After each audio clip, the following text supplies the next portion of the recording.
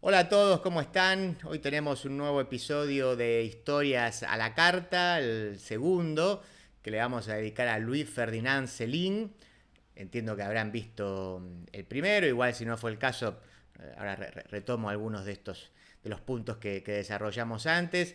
Para el que no se acuerda, el sentido de esta sección es conocer un poco más acerca de determinados personajes, acerca de su vida, pero también acerca en este caso puede ser de la literatura o también de sucesos históricos, a través de un tipo de fuente muy particular que son las cartas, el intercambio epistolar. En el caso de Céline, que atravesó un episodio de muchísima controversia vinculado a su presunto antisemitismo, algo que él por momentos reconoce, por momentos no, luego pasa buena parte de su vida tratando de justificar la publicación de una serie de artículos con un perfil claramente antisemita. Digo, vamos a ver lo que son las cartas desde la cárcel y que están justamente publicadas o reunidas en una publicación que se conoce como Cartas de la Cárcel, como ha ocurrido con otros personajes de la historia que por una razón u otra han estado en esa circunstancia, ¿no?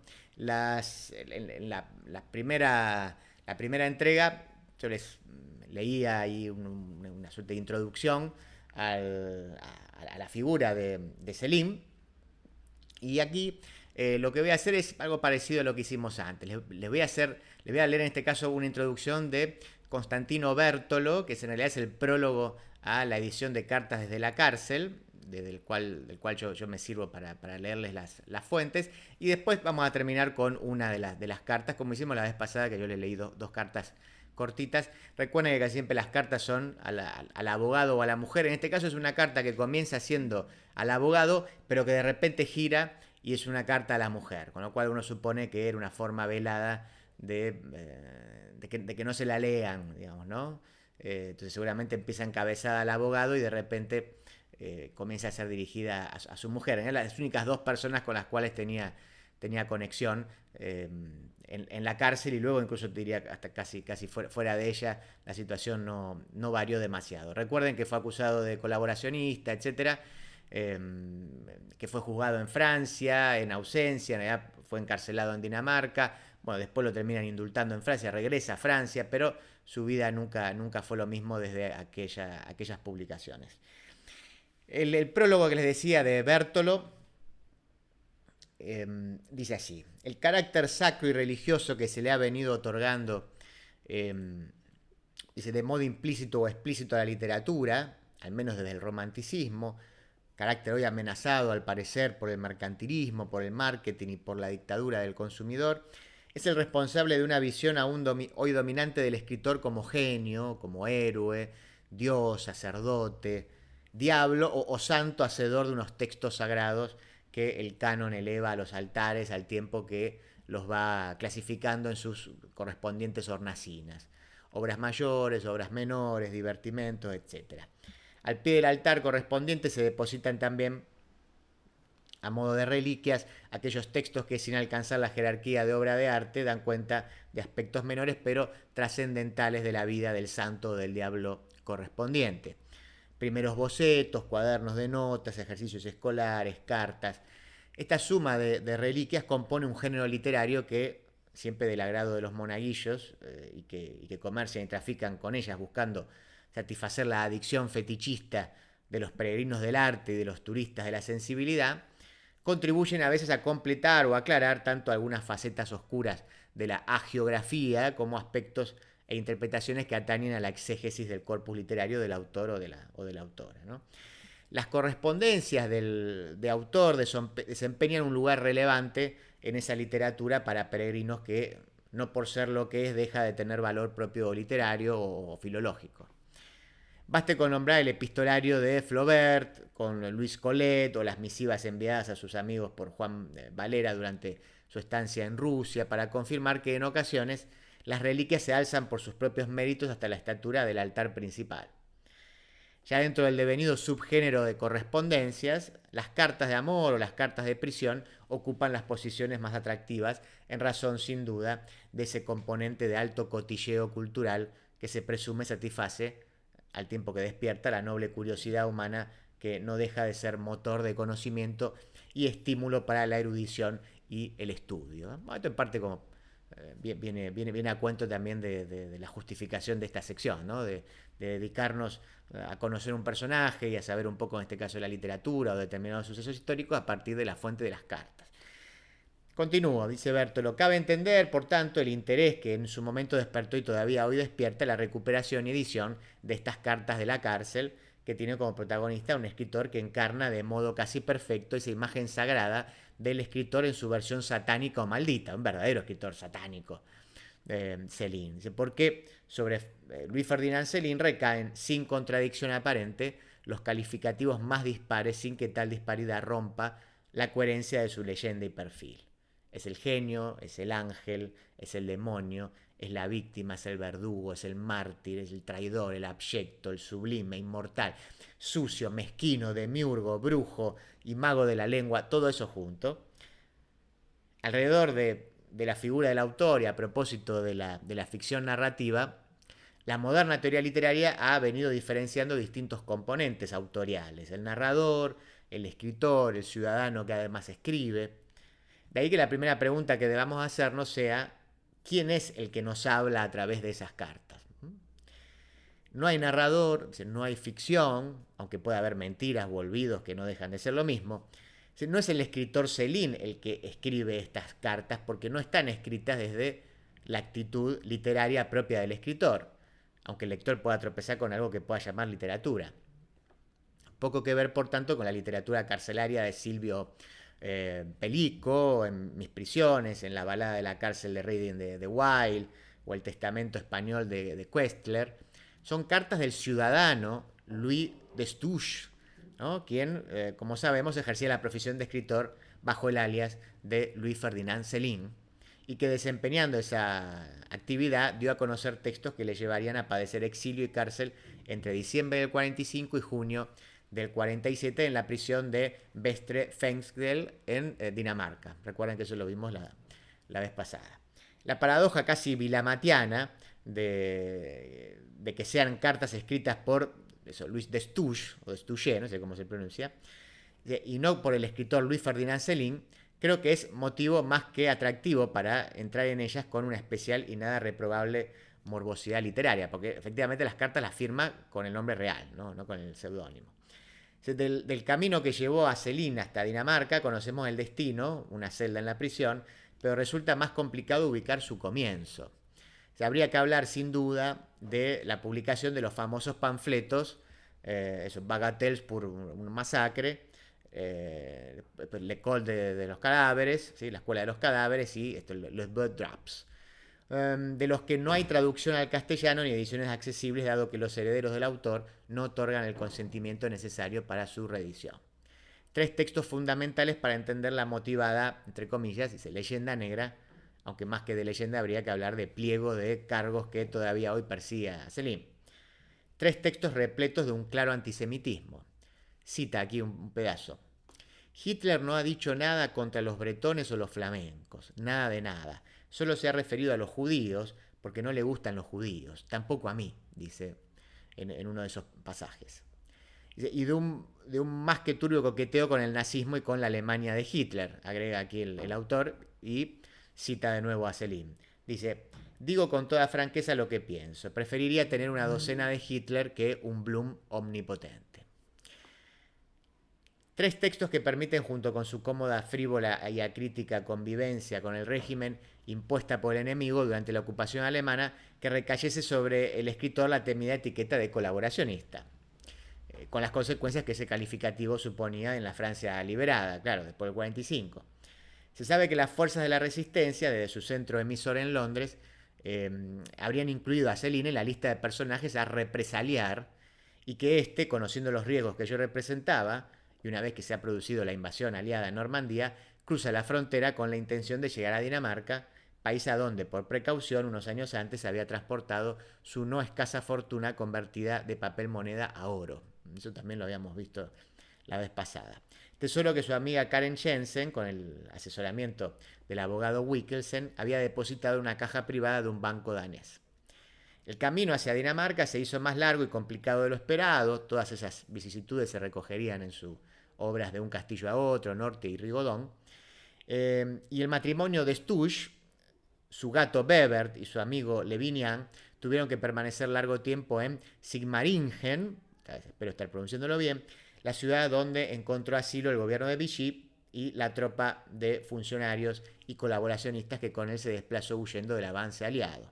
Finalmente Céline, Lucette y Bebert, el gato, llegarían a Copenhague el 27 de marzo del 46, donde permanecen discretamente retirados hasta que, por una denuncia anónima, son detenidos el 17 de diciembre de ese mismo año, lo que hace posible la petición de extradición por parte del gobierno francés, que, entre otras causas, le acusa de traición.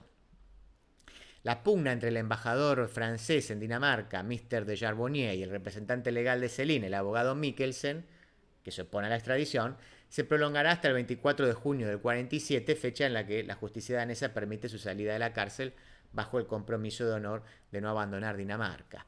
16 meses de encierro, más de 200 cartas que no verían la luz hasta ser editadas en el 98 recién, por François Guibault, amigo personal, buen conocedor de su obra y autor del prefacio que acompaña esta edición, de la cual yo estoy leyendo, ¿no? El prólogo.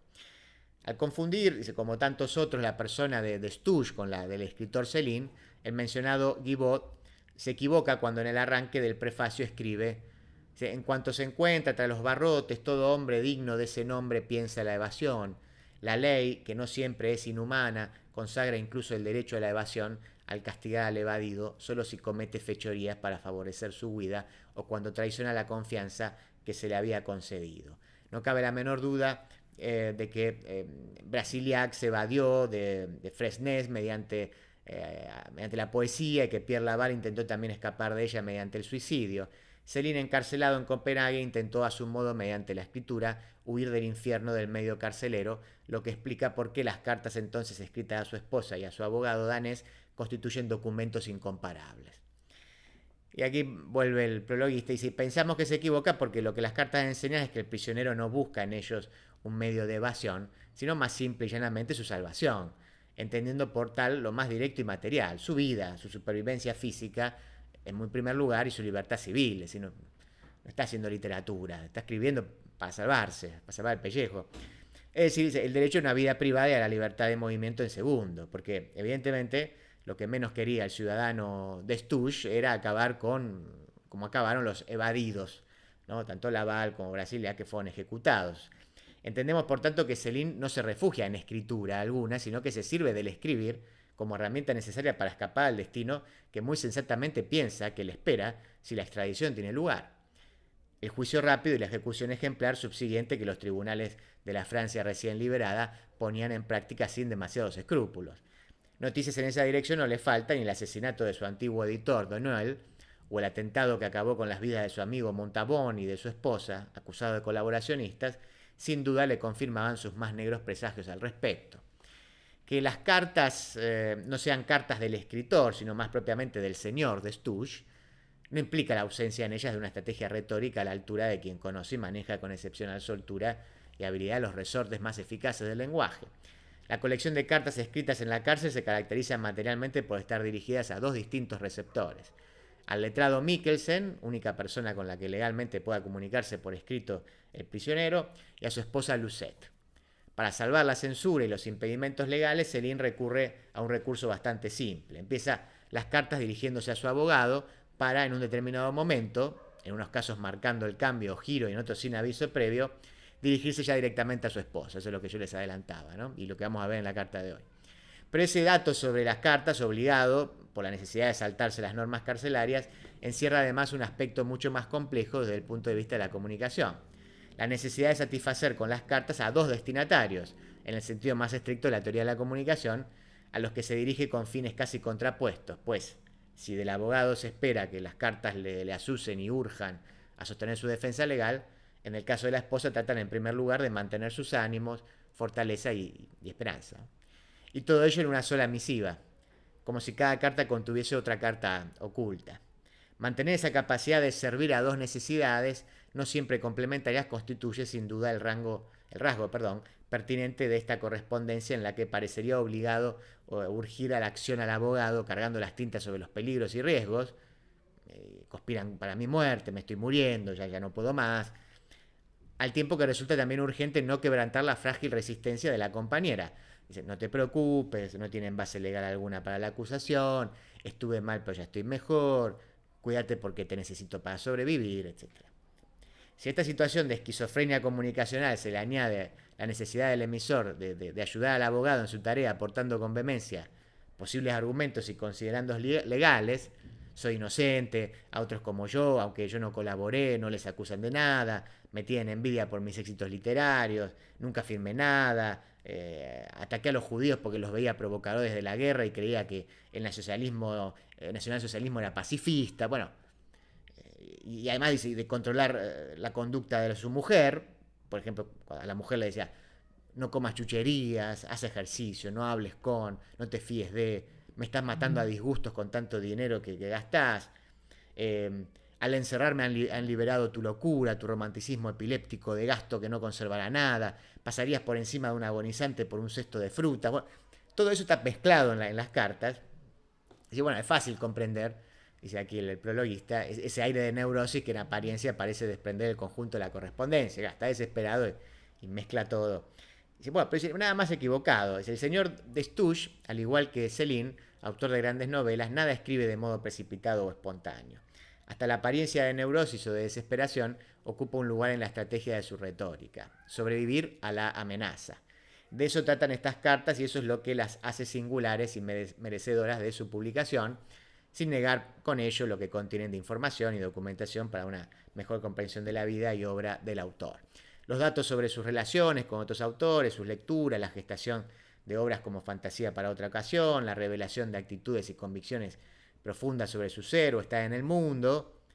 Yo estoy hecho más para la matanza que para la jeremiada. Bueno, son moscas azules en nuestras heridas, chupa, pimplan, hurgan, hay que aplastarlas y nada más, con las moscas no se discute. Lo fundamental de mi alimento es el odio, no hace engordar pero mantiene la lucidez. Bueno, en fin, hay varios aspectos aquí que según el prologuista merece la pena mencionar. Yo les había prometido leer una de las cartas, así que era la carta número 17, vamos a buscarla, es una carta cortita, son 3 minutitos, porque me gusta ir a la fuente. Esta es una carta dirigida a un tal Hansen, era el adjunto de Mikkelsen, que era su abogado, y aquí cuando se produce que en el medio le empieza a hablar a su mujer. Esta es del 12 de febrero del 46. Dice, a ver, esperen que porque, claro, empieza en inglés, ¿no? Se los traduzco. Dice, bueno, estimado señor, desearía que pudieras traducir esta carta a mi esposa, porque es demasiado complicado para mí escribir en inglés. Bueno, y ahí cambia. Queridita mía, ¿no? O sea, el primer párrafo nada más es para el abogado, supuestamente, y está escrita en otro idioma, y después cambia. Dice, queridita mía, con gran inquietud veo que consideras totalmente natural la idea de ir a que me juzguen en París. Maldita sea, no, dice, no consentiré nada semejante. Me aferro al derecho de asilo como un desesperado. Recuerden que está en Dinamarca. Dice, como un judío. Dice, ninguno de ellos refugiado aquí aceptó buenas palabras para ir a dejarse juzgar por Hitler. Qué leche, ¿no? Mi caso es exactamente el mismo. Desde luego a los daneses les encantaría que me entregara personalmente. Menudo peso se quitarían de encima. Nunca lo aceptaré. Deberán entregarme, hacerse cargo de la responsabilidad después de haberme acogido nada menos que durante un año. Cosa que agrava por lo demás mi caso en París. El Ministerio Fiscal de París ha emitido una orden de busca y captura por traición. Se trataba de un farol ante los daneses que debía surtir efecto en 24 horas o fallar, si pedían detalles. Pero la acusación de traición fue, sin lugar a dudas, notificada oficialmente. Hay que tanguelarlos con su propio farol. En el código francés y sobre todo en el de la depuración, traición es igual a muerte. Ahora bien, Solo se suele conceder el derecho de asilo a los refugiados políticos amenazados de muerte. El gobierno francés se preocupa de notificarme oficialmente que quiere fusilarme. ¡Qué suerte! Dice, hay que tenerla en cuenta sin falta y aprovecharla. Por lo demás no dejan de pensar en ello. Cuando esté en sus garras verá salir a los Pinzón, a los Oscar, los Fanziel, etc. Dice, no tardarán en considerarme el gran responsable de todos los martirios judíos. El populacho está deseoso de creerlo. No se trata por lo demás de justicia ni de verdad, sino de servir mi cabeza como la venganza a los judíos y a los comunistas. Y nada más. Encontrarán argumentos, los inventarán. Marie es como Luis, que tiene una imaginación benigna, no ve el futuro atroz, nunca. Yo soy un refugiado político amenazado oficialmente de muerte, y nada más. Si la embajada, que también conoce mi dirección, quería informarse sobre mis idas y venidas, le resultaba fácil mandarme llamar, pero hicieron que me metieran en la cárcel con la clara intención de entregarme atado a los verdugos de París. Ahora que el pitote ha fallado, se pierden en enredos y en mala fe. No son capaces de explicar a los daneses por qué y cómo soy un traidor. Esperaban aturdirlos y tirarse un farol, y nada más. Y en cuanto a las amenazas de muerte, debieron de quedar destruidas en el saqueo de la Rue Girardon. Pero aún hay más. En los periódicos clandestinos de la Resistencia me destinaban, sin provocación alguna por mi parte, al suplicio. Y también por lo de la historia de Besson, ya ves tú, si Marie lo encontrará seguramente, si Paul Boncourt renuncia, habrá que pensar en el señor Aubepin, bueno, obviamente son todas internas, con nombres propios lo puedo pasar por alto, dice el defensor de Pétain, que me parece muy bueno, en fin. Creo que habría que preguntar sobre todo a Popelin Clor, Ruiz de Lille, si hay que telefonear, si quiere ayudarme también, enviar a Eliano o a María a verlo, elegirá al abogado defensor. No me sobraría con dos abogados. Popelín es abogado, en París reina el canguelo, los costará avanzar. Hay que aferrarse a Dinamarca. Como los judíos, nuestros maestros en todo. El hecho de que yo estuviese en Alemania me aplasta ante los franceses, pero si me hubiera quedado en París me habrían asesinado. ¿Querría Mikkelsen, o sea, el abogado, contar con la asistencia de un catedrático de Derecho Internacional de aquí, de la Facultad de Derecho? Bueno, que te lo diga y lo pagás. Veo muchos pájaros, cantan en cuanto sale el sol. Cuando está nublado son, como yo, muy desdichados. Tú me has enseñado bien a amar los pajaritos. Es una alegría inmensa que aprovecho ahora tras mis barrotes. De todos modos, el invierno toca su fin. Los días se alargan, como decía Inés. En el jardín de Barba Azul las prímulas están al caer. El mirlo ha cantado todo el invierno en la bolera. Los ingleses suben ahora por la Rue Saint-Vincent. Jonard les vende sus acuarelas. Perdón, por la Rue Saint-Vincent. Jonard les vende sus acuarelas. Tienes, ¿verdad?, la dirección de Antonio Zuloaga en Sumaya, provincia de Guipúzcoa, en España. Si los comunistas no han tomado aún todo el poder en Francia es porque aún se necesita mucho los americanos para la reconstrucción. Lee bien los periódicos franceses, sobre todo Le Monde y La Battelle, y la rúbrica de depuración. Todo eso nos orienta. A los daneses les resulta difícil darse cuenta de la histeria y del odio político y literario franceses. Les parece cosa de novela. Ay, basta con que piensen en la noche de San Bartolomé, en los hugonotes, en el 89, el 48, el 71. No es el aspecto vida parisina. No quieren verlo. Solo Mikkelsen comprende perfectamente, creo yo, ese aspecto. Pronto hará 10 años que aparecieron los libros que quieren hacerme expiar, ¿no? Y ahí mencionan los libros de él. Bueno, el viaje, el comienzo de mis desgracias en 1933. Pasa a ver a Hansen el sábado para enterarte de las últimas noticias. Así termina entonces esta carta número 17 que le manda a la esposa Céline, y con eso damos cierre a esta segunda entrega. Va a quedar una más todavía, espero que les haya gustado y que estén atentos a la próxima salida. Nosotros nos vemos entonces muy pronto.